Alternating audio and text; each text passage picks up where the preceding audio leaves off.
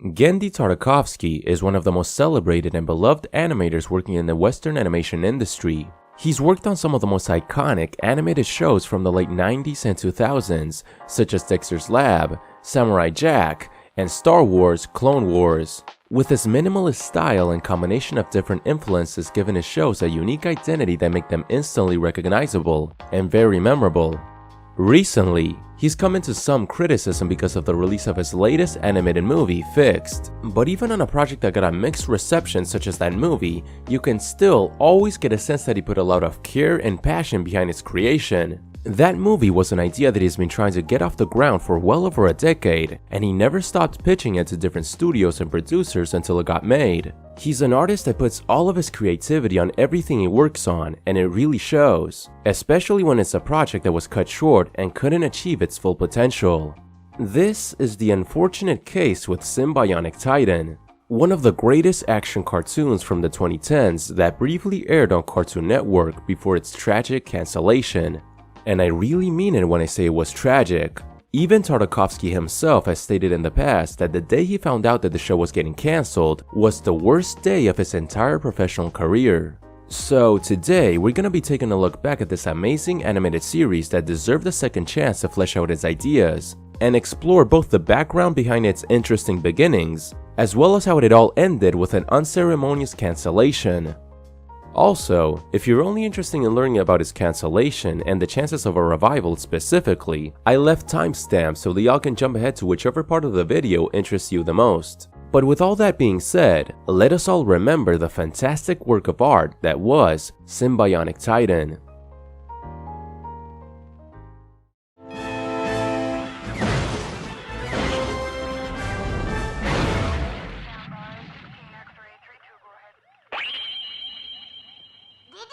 Now, if you grew up with Genndy Tartakovsky's cartoons, then you probably notice how much the guy loves giant robots and kaiju fights. On many episodes from Dexter's Lab, we frequently saw the characters use giant mechs, and I always found it pretty impressive how those action sequences were so well directed for a primarily comedy show. They added a lot of variety and were some of the most memorable moments from the series.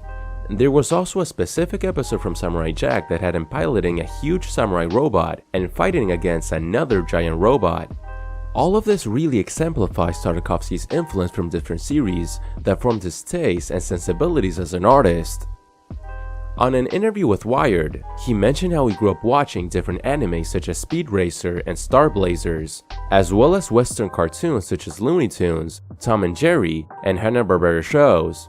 And he also mentioned classic shows from the mecha anime genre like Voltron, Johnny Socko and his Flying Robot, Spectraman, and Robotech. He expanded on these varied inspirations on another interview with Toonzone from 2010, where he mentioned that the two biggest inspirations that he had while conceptualizing Sym-Bionic Titan were John Hughes movies, specifically 16 Candles and The Breakfast Club, which gave the show its down-to-earth teen drama aspect, and he was also influenced by the old-school anime Battle of the Planets, which heavily inspired the action of the show. Design-wise, Genndy said that the characters' visual style were directly inspired by Speed Racer, Astro Boy, Fleischer Bros cartoons, and the mangas by Osamu Tezuka. He also said that the designs for the giant robots were drawn by series co-creator Paul Rudish, and they were influenced in large part by the Micronauts toy line from the late 70s. Tartakovsky thought about the concept of the series around 2007, and during the Wired interview he stated that his original idea for the show was about an android that has to attend high school disguised as a normal human teenager, and is secretly an Ultraman-style hero. Later on though, once co-creators Paul Rudish and Brian Andrews joined the project, the concept developed into focusing on three characters with distinct personalities that are dealing with similar issues. These three characters ended up being Princess Alana, who's the heir to the throne of their homeworld, Galaluna; Lance, a soldier and member of their homeworld's royal guard assigned to protect the princess; and Octus, a thinking organic machine that describes himself as a biocybernetic robot, with the three of them uniting heart, body, and mind to form a powerful giant robot they call Sym-Bionic Titan. The three of them come to Earth after escaping their home planet, which fell under the control of the powerful General Medulla after he attacked the planet's forces with a horde of space mutants and monsters called the Matrati, being able to communicate with them telepathically by using a mysterious green eye that he wears on his hat. The show itself follows our three heroes disguising themselves as normal, regular teenagers and adapting to Earth's culture as they fight off different alien monsters sent by General Medulla to capture the princess, merging elements from science fiction and mecha anime that allows for spectacular giant kaiju battles, mixed with common tropes from teen comedies and high school shows, grounding the series' more fantastical aspects with more relatable themes like alienation, identity, or relationship dramas, personal stories that allowed us to get attached and connect more with our main characters.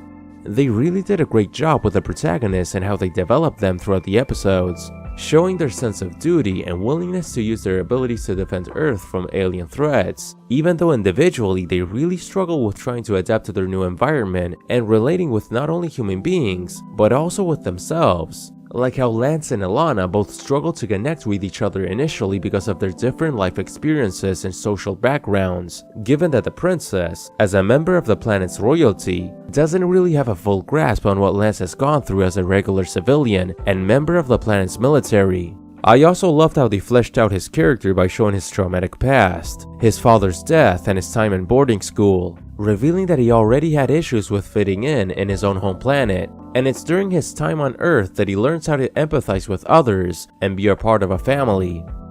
During the Wired interview, Tartakovsky also mentioned that the relationship between Ilana and Lance was influenced by Miyazaki's The Castle in the Sky, and that they modeled Lance's personality after James Dean's character in Rebel Without a Cause, but with a bit more sense of humor.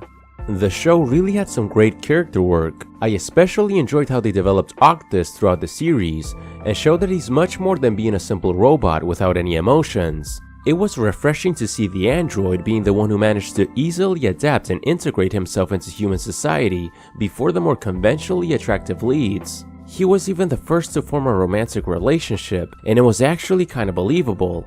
They really did a great job with his story arc. The villains were also very entertaining. The series followed a familiar Monster of the Week type format where most episodes would see General Medulla sending a huge kaiju to defeat the Titan, allowing for some amazing action scenes that were very well choreographed and directed. Both the hand-to-hand fights between normal-sized characters and the large-scale battles between the Titan and all the different alien monsters.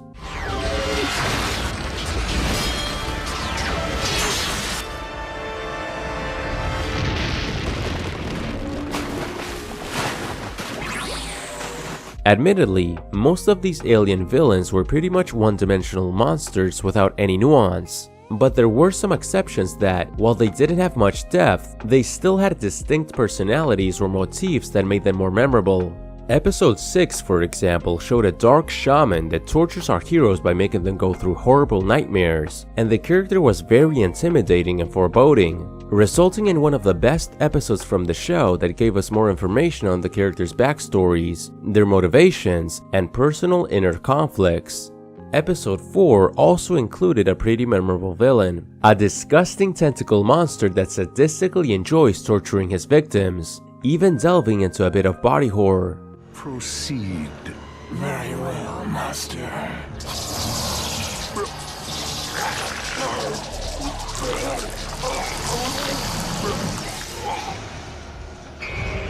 Another memorable antagonist is Solomon, the leader of the Galactic Guardian Group, a security agency in charge of researching and monitoring alien life forms that could pose a threat to planet Earth.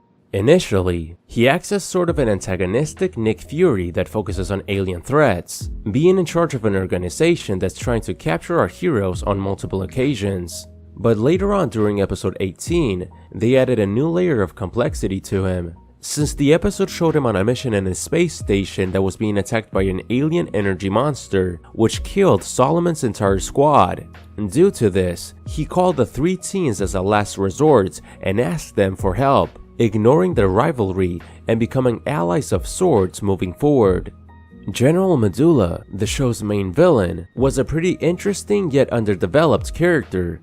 since we never got to see him directly confronting or interacting with the protagonists. But I did like how they revealed his backstory as being close friends with the king and Lance's father, with him being thought to be dead after a great battle, only for him to return years later to conquer Galaluna and take revenge on the king. It was an engaging motivation for him to have, and gave the show's main villain a personal connection with the heroes. The only villain that I thought was downright bad and uninteresting was General Steel, who was a boring, generic stereotype of a hot-headed army guy that doesn't have any depth. He's basically a far less interesting version of a character like Thunderbolt Ross, and I honestly wish he wasn't featured on so many episodes, since they wasted a lot of the series' time on a cliché villain that could have been replaced with someone that actually made the show more engaging. Now, considering the show's amazing quality and overall great reception from both fans and critics alike, one has to wonder, why was Sym-Bionic Titan cancelled? Well, on March 2011, it was announced that the series was being cancelled and wouldn't be renewed for a second season, something that was absolutely tragic to hear back then. As we mentioned at the beginning of the video, during a 2018 interview with Sci-Fi, Genndy Tartakovsky was asked what was the worst day at work he's ever had in his career. And this was it. The day that he was told that Sym-Bionic Titan was going to be cancelled was the worst day in his entire professional career. And man, that's honestly just really sad. Around the time the cancellation was announced, the Animation Guild made a blog post stating that a Cartoon Network insider said that, while the show was getting competitive ratings when compared to other action series from its time, it was ultimately cancelled because it didn't have enough toys and merchandise attached to it, given that they never managed to sell its toy license to a company so they could produce figures based on the show. This is something that I've always found to be insane, since a show about a giant robot fighting kaijus like this seems to me like the perfect cartoon to create toys for, but it just didn't happen. And as a result, it only lasted for one amazing but brief season of television. Years ago, during a Reddit AMA, Tartakovsky said that when the series was cancelled, they had already finished writing 10 new episodes that were even better than the first 20, according to him, but he didn't specify any more details on what these episodes would have been about. And later on, during a 2024 interview with Collider, they asked Genndy if he ever planned on posting online the scripts for the 10 episodes from season 2 that were already finished. Genndy said that while he did consider it, he hasn't done so because he still believes there's a chance that maybe the show could get revived, but in order for that to happen, there needs to be a bigger demand for it to return. The show was discarded by Cartoon Network as a tax write-off in 2014, and it was later picked up by Netflix in 2019, briefly adding it onto their library, but it didn't garner enough of an audience for them to consider funding a new season of the show. Even though we don't have any details on these 10 unproduced episodes from season 2, we can still theorize some of the stories they could have tackled, considering the multiple plot lines that were left unresolved. For example, throughout the show's run, we saw Solomon reporting directly to a mysterious figure that was implied to be the real leader of the G3 organization. They are not from this world. Solomon, don't disobey me ever again. Yes, sir. Some fans have theorized that this mysterious figure might be Edward, Lance's father, since both characters share the same voice actor, and the show hinted that this character might be Galalunian or have some knowledge of their technology, since he was able to repair Octus after he was damaged near the end of the season. Besides this, we also never got to see our heroes return to Galaluna to free it and confront General Medulla. And another thing is that we never saw neither Lance's mom or Ilana's mom, the Queen of Galaluna. Despite the show featuring their dads, we never found out if their mothers had died or were still alive somewhere, so maybe it's something that they could have addressed on a potential season 2. If you're anything like me, you're probably wondering what are the chances that Sym-Bionic Titan could get revived. And while we haven't gotten any details on whether Warner has any real plans for the franchise, during a 2023 interview with comicbook.com, Tartakovsky said that he'd still like to work on a Sym-Bionic Titan revival if given the opportunity. He even said that it's the only show he's created that he would return to make more episodes for. And considering how he returned to the world of Samurai Jack when Adult Swim gave him the opportunity, I'm willing to bet that he would be beyond excited and grateful if he was approached to make a new revival series. As of me recording this video, the last time we've seen Cartoon Network officially recognizing the show was in 2018, when both Lance and Alana had brief cameos during OKKO's Nexus crossover episode. And while it was a very small nod, it's still nice to see Cartoon Network acknowledging the show's existence after they cancelled it so unceremoniously. In the years since the cancellation, we've seen Genndy Tartakovsky continue to create some great shows and movies. He helmed a successful series of Hotel Transylvania movies for Sony Animation, proving that he can direct feature-length films. And he also got to work again with Cartoon Network and Adult Swim for the Samurai Jack revival, Primal, and also for Unicorn Warriors Eternal. Recently though, Netflix released Tartakovsky's latest animated movie, Fixed, with a story that follows a dog that escapes from his home after learning that he's gonna get neutered, serving as a raunchy adult animated comedy.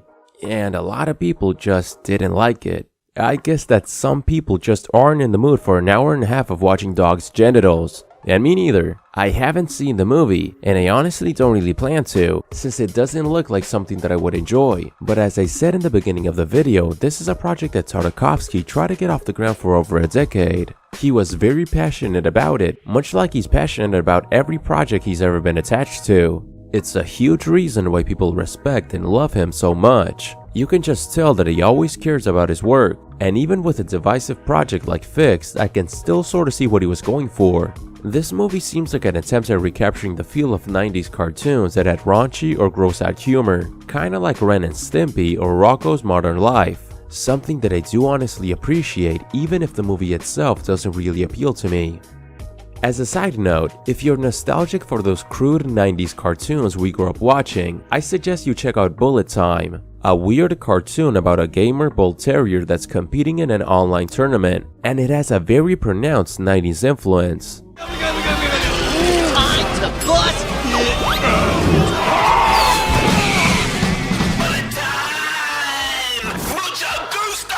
As for Genndy Tartakovsky's future, Adult Swim recently announced a new series created by him called Heist Safari, an action comedy that follows three estranged frog brothers that reunite to work together to pull off a heist, in order to receive their father's inheritance.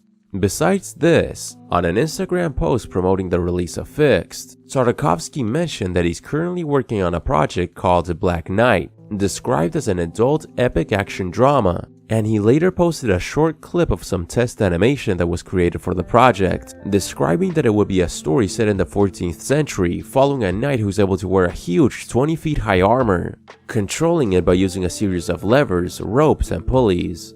This looks really cool, and I hope that it gets made, since I think that his style works best when he develops more serious, action-oriented stories, like Samurai Jack and Primal, which is also getting a third season as well. And who knows, maybe if he continues to succeed in his career, and fans continue to vocalize their love for Sym-Bionic Titan, we might get to see the show finally get revived in the future.